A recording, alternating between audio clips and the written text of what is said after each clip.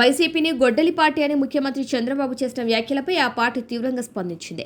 చంద్రబాబే ఒక గడ్డపారలా మారి ప్రభుత్వ ఖజానాను, ప్రజా సంక్షేమాన్ని తవ్వితీస్తున్నారని వైసీపీ ఎదురుదాడికి దిగింది. ఆదివారం నెల్లూరులో మాజీ మంత్రి కాకాని గోవర్ధన్ రెడ్డి మీడియాతో మాట్లాడుతూ ఈ ఘాటు వ్యాఖ్యలు చేశారు.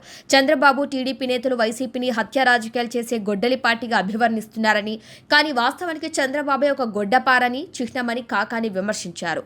అమరావతి ప్రాజెక్టు చంద్రబాబుకు, ఆయన బృందానికి ఒక బంగారు బాతుగా మారిందని వైపు పెంచిన కాంట్రాక్టుల ద్వారా ప్రజాధనాన్ని దోచుకుంటూ మరోవైపు విద్య, వైద్యం, రైతులు, మహిళలు, యువతను మోసం చేస్తున్నారని దుయ్యబడ్డారు.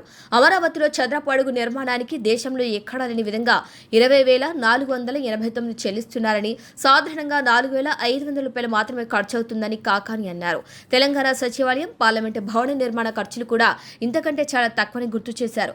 గతంలో తనకు అనుకూలంగా ఉన్న వారికే మళ్లీ కాంట్రాక్టులు కట్టబెట్టి రేట్లు పెంచి వ్యవస్థీకృతంగా అవినీతికి పాల్పడుతున్నారని ఆరోపించారు. ఎన్టీఆర్ నుంచి పార్టీని, పదవిని లాక్కోవడంతో మొదలైన చంద్రబాబు తీరు మారలేదని, అవినీతి కుట్రలు ఆయన నైజామని విమర్శించారు. టీడీపీ నిర్వహిస్తున్న మహానాడు వల్ల ప్రజలపై ఎలాంటి ప్రభావం ఉండదని, రాబోయే ఎన్నికల్లో వైసీపీకి సంపూర్ణ విజయాన్ని అందించేందుకు ప్రజలు సిద్ధంగా ఉన్నారని కాకాని ధీమా వ్యక్తం చేశారు. పాత పరిచయాలు, పాత లావాదేవీలు, పాత బ్యాలెన్స్లు, పాత లెక్క పక్కలన్నీ ఉన్నాయి కాబట్టి వాళ్ళనే మరలా తీసుకొచ్చి రంగంలోకి దించావు. దించి 2025లో కూడా వాళ్ళకే నువ్వు కేటాయించావు. అంతవరకు బాగానే ఉంది. ఈరోజు ఒక్కసారి 2025కి సంబంధించి, 2017-18కి సంబంధించి ఈరోజు నువ్వు చేస్తున్నటువంటి 2018 తర్వాత చూస్తున్నటువంటి విషయాలు చూస్తే, 2019 తర్వాత అధికారంలోకి వచ్చినటువంటి విషయాలు చూస్తే ఏ విధంగా తమ దోపిడీ ఉందనేటువంటి దానికి ఇది ఒక ఉదాహరణ. నువ్వు ఆ రోజు 2025 సంవత్సరంలో, అంటే 2025కు ముందు ఏదైతే నువ్వు 2024 దాకా అధికారంలో ఉన్నావో, 2024 నాటికి నువ్వు ఆ రోజు కొన్ని రేట్లు ఖరారు చేసావు ప్రభుత్వంలో ఉన్నప్పుడు. 2019, 2024లో ఆ రోజు ప్రభుత్వం అధికారంలో ఉంది, వైఎస్ఆర్ కాంగ్రెస్ పార్టీ ప్రభుత్వం. 2019కి ముందు తెలుగుదేశం పార్టీ అధికారంలో ఉంది. ఆ రోజు 2017-18లో నువ్వు కొన్ని రేట్లు కేటాయించావు.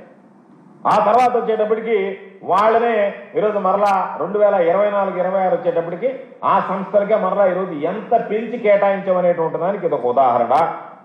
ఈరోజు సిఎంఓ ప్లస్ హెచ్ఓడి ఆఫీసర్స్ అని బేస్మెంట్, గ్రౌండ్ ఫ్లోర్ 49 ఫ్లోర్లతో కడుతున్నానని చెప్పి దీనిని ఎన్సీసీ కంపెనీకి నువ్వు అధికారంలో ఉన్నప్పుడు 2017-18లో 554 కోట్ల రూపాయలకి కేటాయించావు.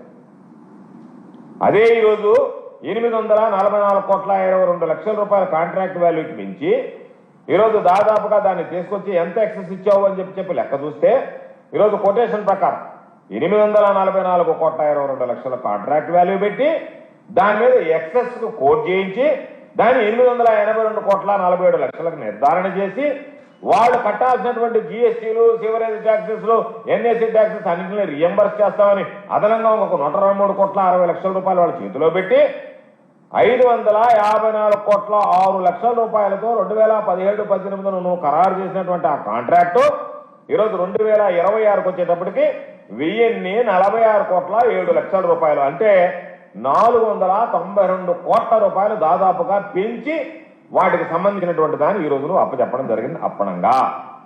అదేవిధంగా సెక్రటేరియట్ టవర్స్, అది బేస్మెంట్, గ్రౌండ్ ఫ్లోర్ 39 ఫ్లోర్లు అయితే 932,46 లక్షలకు గతంలో షాపూర్జీ పలంజీకి నువ్వు ఖరారు చేస్తే